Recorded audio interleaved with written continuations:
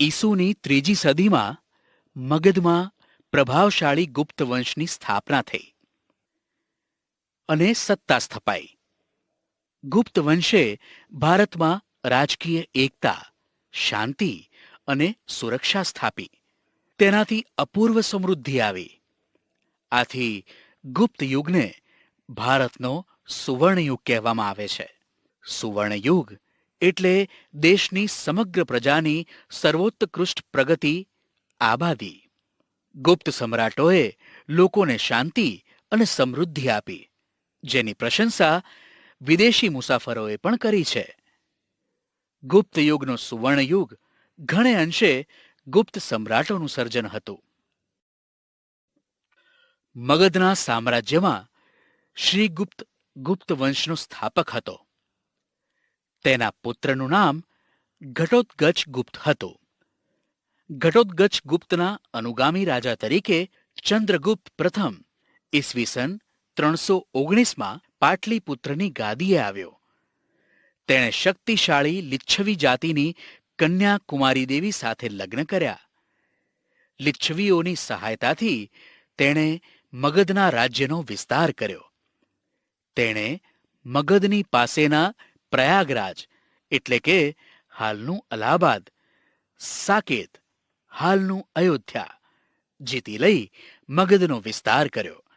તેણે મહારાજને બદલે મહારાજાધિરાજ જેવું ગૌરવપ્રદ બિરુદ ધારણ કર્યું હતું. તેણે પોતાની સત્તા અને પ્રતિષ્ઠાની પ્રતીતિ કરાવવા સોનાના સિક્કા પડાવ્યા હતા.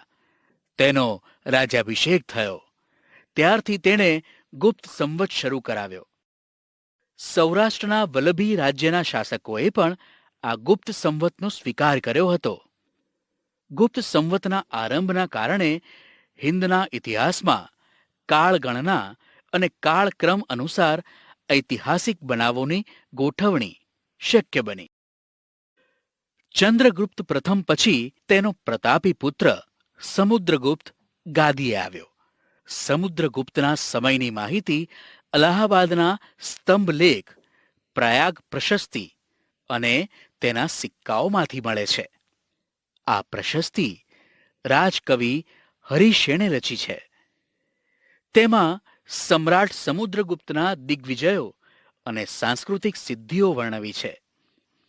તેણે ખૂબ જ ઓછા સમયમાં ઉત્તર ભારતના મોટા ભાગના રાજ્યોથી માંડી અફઘાનિસ્તાનના કુષાણ શાસનતંત્ર સુધી વિજય યાત્રા કરી હતી.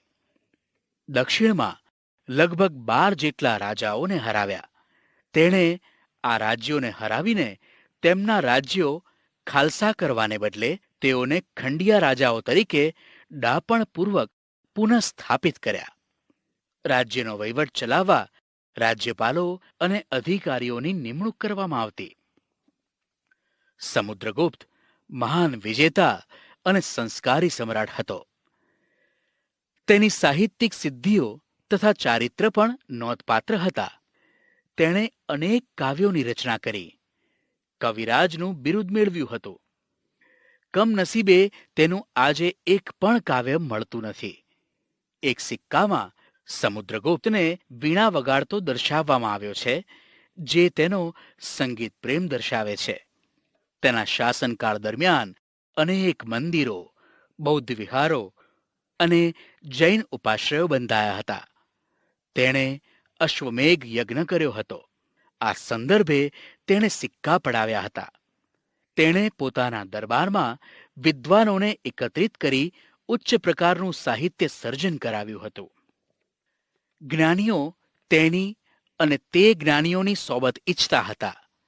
તેણે હિન્દુ ધર્મને ઉત્તેજન આપ્યું હતું. તેણે સામાજિક રીત રિવાજોને સ્વીકાર્યા હતા. પ્રાચીન ભારતના ઇતિહાસમાં સમુદ્રગુપ્તનું સ્થાન વિશિષ્ટ અને નોંધપાત્ર છે. ગુપ્ત સામ્રાજ્યની મહત્તાનો તે સર્જક હતો. તેના સમયથી ગુપ્ત સિક્કાની શરૂઆત થઈ. ઈસવીસન 375માં સમુદ્રગુપ્તનું અવસાન થયું. તેના સ્થાને ચંદ્રગુપ્ત બીજો ગાદી ઉપર આવ્યો. તેણે પિતાએ વારસામાં આપેલા વિશાળ સામ્રાજ્યને સફળતાપૂર્વક સાચવ્યું. એટલું જ નહીં, પણ કેટલાક વિજયો મેળવીને સામ્રાજ્યનો વિસ્તાર વધાર્યો. ચંદ્રગુપ્ત બીજો ગુપ્ત વંશનો સૌથી પ્રતિભાશાળી શાસક હતો. તેના સામ્રાજ્યની સરહદો શક રાજ્યને અડકીને આવી હતી. તેણે ગુજરાત ઉપર હુમલો કરી શક ક્ષત્રપ વંશના રાજ્યનો અંત આણ્યો. આ વિજયની યાદમાં શકારી બિરુદ ધારણ કર્યું અને વિક્રમાદિત્ય પણ કહેવાયો. તેણે 300 વર્ષથી પગદંડો જમાવી બેઠેલા શક ક્ષત્રપોને હાંકી કાઢવાનું નક્કી કર્યું. તે માટે તેણે શક્તિશાળી રાજ્યો સાથે લગ્ન સંબંધો બાંધી તેમની મદદથી પોતાનું સૈન્ય બળ વધાર્યું. આ લગ્ન સંબંધો તેણે પોતાના સામ્રાજ્યના વિસ્તારમાં અને દુશ્મનોને મહાત કરવામાં ખૂબ ઉપયોગી થયા. તેણે જીતેલો નવો પ્રદેશ ઘણો જ અગત્યનો હતો. ગુજરાત અને સૌરાષ્ટ્રના સમૃદ્ધ પ્રદેશો ભૃગુ કચ્છ, ભરૂચ અને સ્તંભતીર્થ, ખંભાતના દીકતા બંદરો ગુપ્ત સામ્રાજ્યને મળ્યા. પરિણામે રાજ્યનો દરિયાઈ વેપાર ખૂબ વધ્યો અને ગુપ્ત રાજાઓ અખૂટ સંપત્તિના માલિક બન્યા. જુઓ ગુપ્ત સામ્રાજ્યનો વિસ્તાર દર્શાવતો આ નકશો. ચંદ્રગુપ્ત દ્વિતીયના સમયમાં આવેલા ચીની યાત્રાળુ ફાહિયાને ગુપ્ત રાજ્ય વહીવટના અને ગુપ્ત સામ્રાજ્યની સમૃદ્ધિના વખાણ કર્યા છે. ચંદ્રગુપ્ત બીજો વૈષ્ણવ ધર્મી હોવા છતાં તે અન્ય ધર્મો પ્રત્યે ખૂબ આદરભાવ ધરાવતો હતો. તેનો સેનાપતિ આમ્રકારદેવ બૌદ્ધ ધર્મી અને પરરાજ્ય મંત્રી વરસેન શૈવ ધર્મી હતો.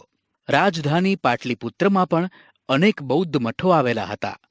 તેના શાસનકાળ દરમિયાન મેળવેલ સાંસ્કૃતિક સિદ્ધિઓને કારણે જ ગુપ્ત યુગ સુવર્ણ યુગ બની શક્યો.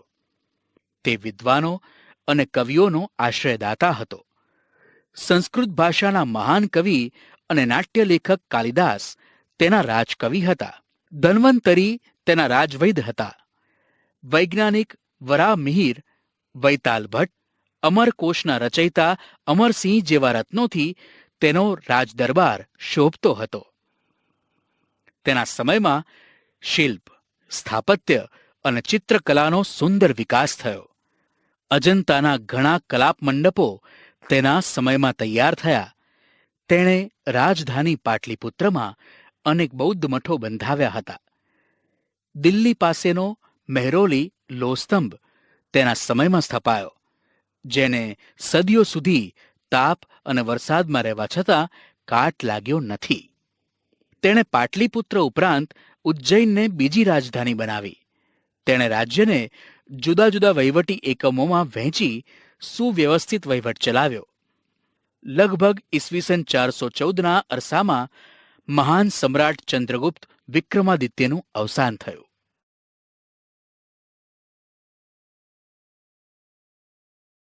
ચંદ્રગુપ્ત બીજાના અવસાન પછી તેનો પ્રતાપી પુત્ર કુમારગુપ્ત પહેલો ગાદીએ આવ્યો. તેનો શાસનકાળ શાંતિ અને સમૃદ્ધિનો યુગ હતો. તેણે વિશાળ સામ્રાજ્યને જાળવી રાખ્યું હતું. તેના સમયમાં પુષ્યમિત્ર જાતિના લોકોએ બળવો કર્યો હતો. આ બળવાને તેના પુત્ર સ્કંદગુપ્તે તરત જ શમાવી દીધો હતો. તેના સમયમાં સામ્રાજ્યની ઉત્તર સરહદે હુણોએ હુમલા શરૂ કર્યા હતા. સ્કંદગુપ્તે તેમને પાછા કાઢ્યા હતા. તે કાર્તિકેયનો ભક્ત હતો.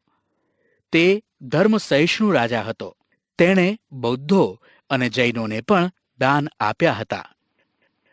નાલંદાની પ્રસિદ્ધ બૌદ્ધ વિદ્યાપીઠ તેના સમયમાં સ્થપાઈ હતી.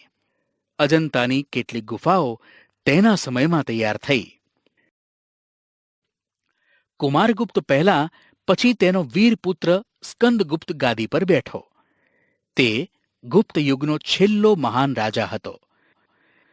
ગિરનારના અભિલેખમાં જણાવ્યા પ્રમાણે તેણે શાસનકાળના શરૂઆતના વર્ષોમાં હુણોને હરાવ્યા હતા. હુણો સાથેની લડાઈમાં પુષ્કળ દ્રવ્ય વપરાઈ ગયું. પરિણામે ગુપ્ત સામ્રાજ્યની આર્થિક સંપત્તિમાં ઓટ આવી. સ્કંદગુપ્ત પછીના નિર્બળ શાસકો જનુની અને શક્તિશાળી હુણોના આક્રમણને ખાળી શક્યા નહીં, અને ગુપ્ત સામ્રાજ્ય ઈસવીસન 550માં છિન્ન ભિન્ન થઈ ગયું.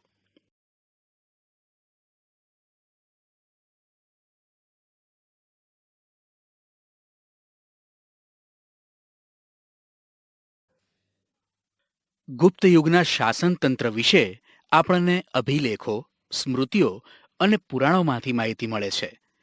તે પ્રમાણે શાસનતંત્ર કેન્દ્રીય, પ્રાંતીય અને સ્થાનિક એમ 3 વિભાગોમાં વહેંચાયેલું હતું. કેન્દ્રીય વહીવટીતંત્ર. ગુપ્ત શાસનતંત્રમાં સમ્રાટ વહીવટીતંત્રના કેન્દ્રસ્થાને હતા. તેઓ મહારાજાધિરાજ, પરમ ભાગવત જેવા બિરુદો ધરાવતા હતા. વહીવટીતંત્રમાં મુખ્ય સેનાપતિ, મહાબલાધિકૃત, વિદેશ મંત્રી, મહાસંધિ વિગ્રહક, મહેલો અને દ્વારોના રક્ષકોના વડા મહાપ્રતિહારા કહેવામાં આવતા. મહાઅશ્વપતિ એ ઘોડેસવાર સેનાના વડા અને મહાપિલુપતિ એ હાથીની સેનાના વડા હતા. રાજ્યના દસ્તાવેજો સાચવવા માટે પુસ્તકપાલની નિમણૂક કરવામાં આવતી. પ્રાંતીય વહીવટીતંત્ર. પ્રાંતના વડા તરીકે મોટે ભાગે રાજકુમારને મૂકવામાં આવતા. કુમારામાત્ય અને આયુક્ત પ્રાંતમાં મુખ્ય ભૂમિકા ભજવતા. પ્રાંતને ભુક્તિ કહેવામાં આવતું, જેના વડા પ્રાદેશિક હતા. પ્રાંતને જિલ્લામાં વહેંચવામાં આવતું, જિલ્લાને વિષય કહેવામાં આવતો. કેટલાક નગરો અને રાજધાની પાટલીપુત્રમાં મ્યુનિસિપાલિટી જેવી વહીવટી વ્યવસ્થા દેખાય છે. તેમાં નગર શ્રેષ્ઠી, કાયસ્થ, મુખ્ય કારીગર અને મુખ્ય વેપારી એમ 4નું વર્ચસ્વ જોવા મળે છે. સ્થાનિક વહીવટીતંત્ર. ગ્રામ કક્ષાએ સમિતિ બનાવવામાં આવતી, જેમાં વડીલો, ગામના મુખી અને અગત્યના વયસ્ક નાગરિકોનો સમાવેશ કરવામાં આવતો. ગુપ્ત યુગ આર્થિક પરિસ્થિતિમાં ભારતનો સુવર્ણયુગ હતો. ખેતી, આંતરિક વેપાર અને આંતરરાષ્ટ્રીય વેપાર ખૂબ વિકસ્યો હતો. વિશિષ્ટ ખેત પદ્ધતિઓમાં વાર્ષિક, ત્રિવાર્ષિક અને પંચવાર્ષિક ખેત પદ્ધતિઓ જોવા મળેલ છે.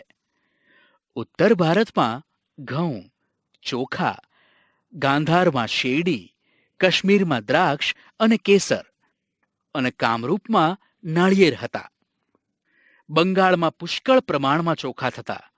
ગુજરાતમાં અને સિંધમાં કપાસનો પાક અને બંગાળમાં રેશમનું ઉત્પાદન થતું.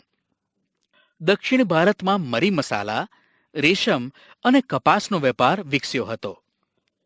રાજા કુલ ઉત્પાદનનો 6ઠ્ઠો ભાગ કર તરીકે લેતા હતા. બ્રાહ્મણો અને મંદિરોને ભૂમિ દાનમાં આપવામાં આવતી હતી. આંતરરાષ્ટ્રીય વેપાર એ ગુપ્ત યુગની વિશેષતા છે. ભારતથી સ્થળ માર્ગે મધ્ય એશિયા થઈને યુરોપ સુધી સુતરાઉ કાપડ, રેશમી કાપડ અને મસાલા નિકાસ થતા. તો ખંભાત, ભરૂચ, સોપારા અને તામ્રલિપ્તિ જેવા આંતરરાષ્ટ્રીય બંદરોના માધ્યમથી વિશ્વના પૂર્વ અને પશ્ચિમ ભાગમાં સુતરાઉ કાપડ, રેશમી કાપડ, મસાલા, તેજાના, ઇમારતી લાકડાની નિકાસ થતી. જ્યારે સોનું, ચાંદી, કિંમતી વાસણો અને સુખ સગવડોના સાધનોની આયાત થતી. ગુપ્ત યુગમાં હિન્દુ ધર્મ અને સંસ્કૃતિ પૂર્ણ કળાએ ખીલેલા જોવા મળે છે. ગુપ્ત સમ્રાટો વૈષ્ણવ ધર્મને રાજ્ય ધર્મનો દરજ્જો આપતા.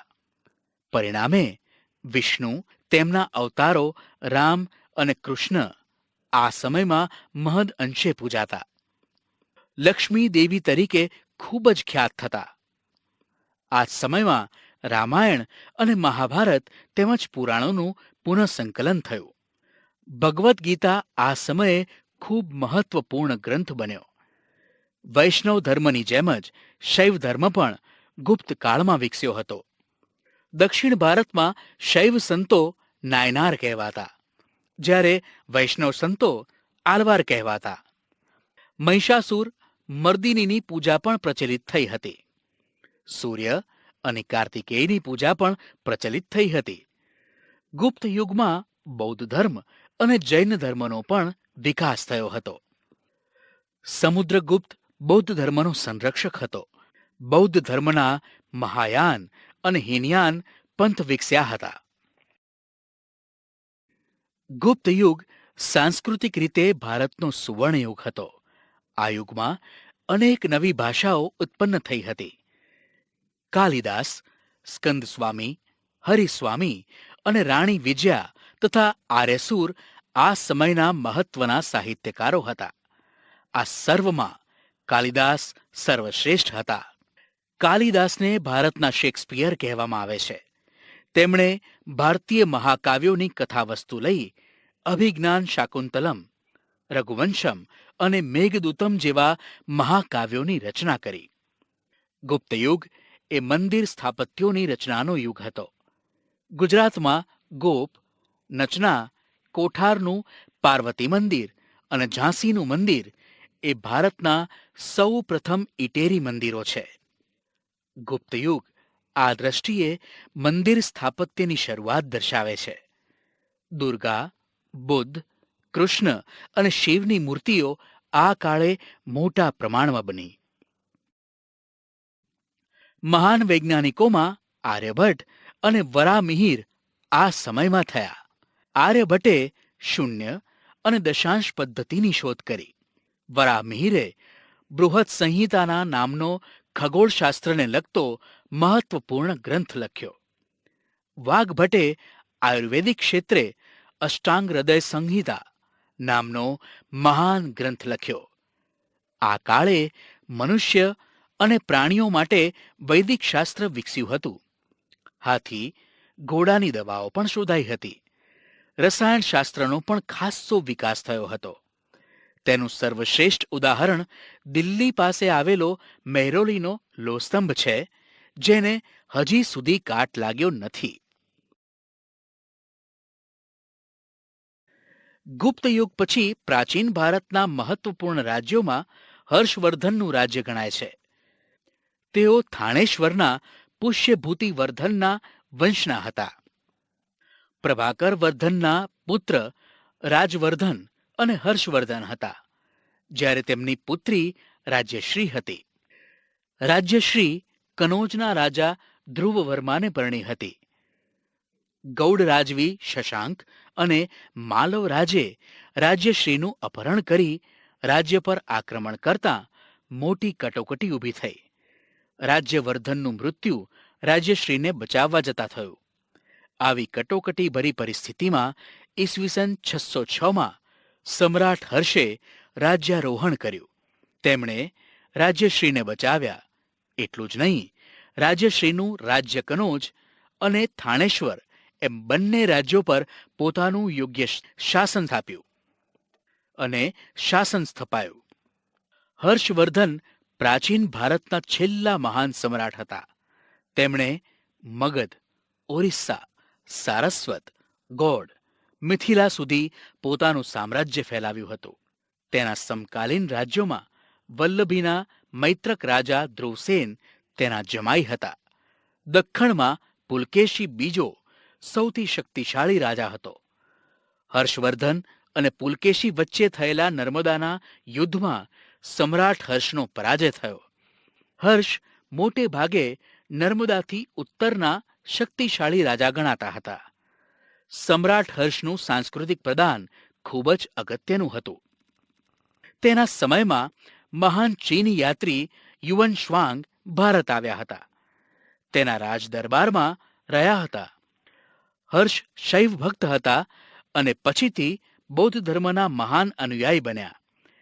તેમણે કનોજમાં યુવન શ્વાંગના અધ્યક્ષપદે એક ધર્મ પરિષદનું આયોજન કર્યું. બુદ્ધની પ્રતિમાને હાથીની અંબાડી પર મૂકી તેની પૂજા કરાવી, સ્થાપિત કરી હતી. મહાયાન અને હીનયાન સંપ્રદાયો વિશે આ પરિષદમાં ગોષ્ઠી યોજાઈ હતી. સમ્રાટ હર્ષ સાહિત્ય, કલા, વિદ્યા પ્રત્યે અનુરાગ રાખતા હતા. તેના દરબારમાં મહાન કવિ બાણભટ્ટ હતા.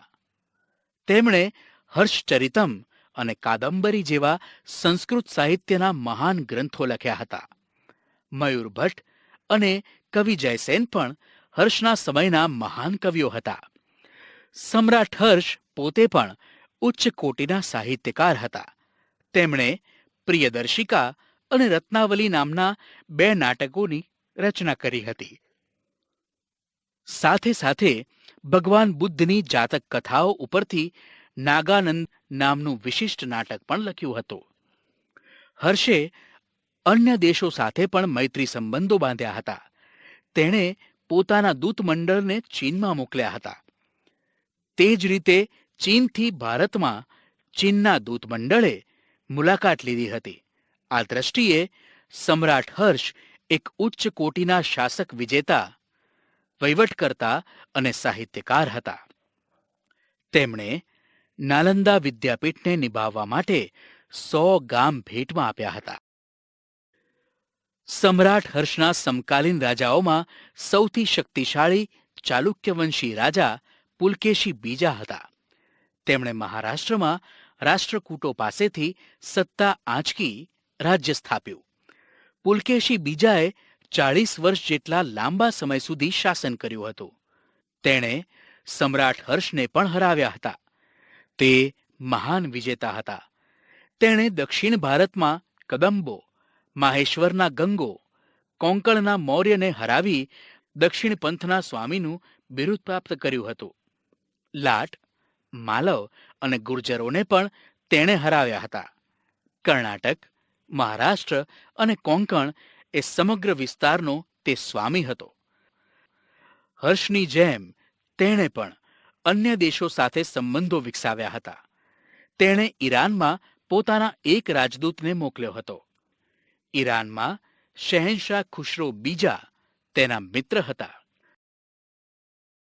અન્ય રાજ્યો. આ સમયે અન્ય રાજ્યોમાં કાંચીના પલ્લવો, રાજસ્થાનના ગુર્જર પ્રતિહારો, વલભીના મૈત્રકો, દક્ષિણ ગુજરાતના ગુર્જરો, કાશ્મીરના કરકોટકો વગેરેનો સમાવેશ થાય છે. જેમાં કાંચીના પલ્લવો સ્થાપત્યો અને કલાને લીધે પ્રખ્યાત થયા હતા. તેમણે બ્રહ્મા, વિષ્ણુ, મહેશની અનેક મૂર્તિઓ શિલાઓમાં કંડારી મંદિરો બંધાવ્યા હતા. મહાબલીપુરમના સમુદ્ર તટે રથ મંદિરો બંધાવનારા પલ્લવોએ ભારતની સાંસ્કૃતિક સમૃદ્ધિનો વધારો કર્યો. કાંજીવરમમાં તેમણે બતાવેલું કૈલાશનાથ મંદિર તે સમયનું સૌથી શ્રેષ્ઠ મંદિર ગણાવી શકાય.